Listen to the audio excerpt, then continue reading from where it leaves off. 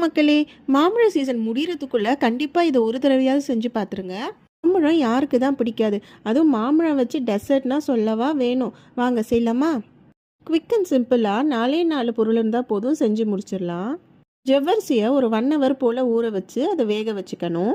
வெந்ததுக்கப்புறமா உடனே அதில் சில் தண்ணியை ஊற்றி வாஷ் பண்ணி எடுத்து வச்சுக்கணும். அப்போ தான் அது பிசு பிசுப்பாக இல்லாமல் இது மாதிரி உதிரி உதிரியாக வரும். இப்போ 1/2 லிட்டர் ஃபுல் ஃபேட் மில்கை காய்ச்சி ஆற வச்சு ஃப்ரிட்ஜில் வச்சுருங்க. ஒரு 1 ஹவர் போல் இருக்கட்டும். சர்வ் பண்ணும்போது எடுத்துக்கலாம்.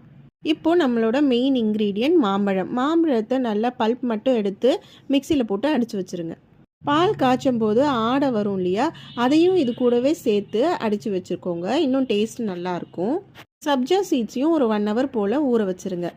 இப்போது காய்ச்சி ஃப்ரிட்ஜில் வச்சுருக்கிற பால் எடுத்து அது கூட நம்ம வேக வச்சுருக்கிற ஜவ்வரிசி சேர்த்துக்கோங்க. தேவையான அளவு கண்டென்ஸ் மில்க், உங்களுக்கு எவ்வளோ ஸ்வீட்டு தேவையோ அவ்வளோ சேர்த்துக்கோங்க. ஊற வச்சுருக்கிற சப்ஜா சீட்ஸை சேர்த்துட்டு நம்ம அரைச்சி வச்சுருக்கிற மேங்கோவையும் சேர்த்துக்கோங்க.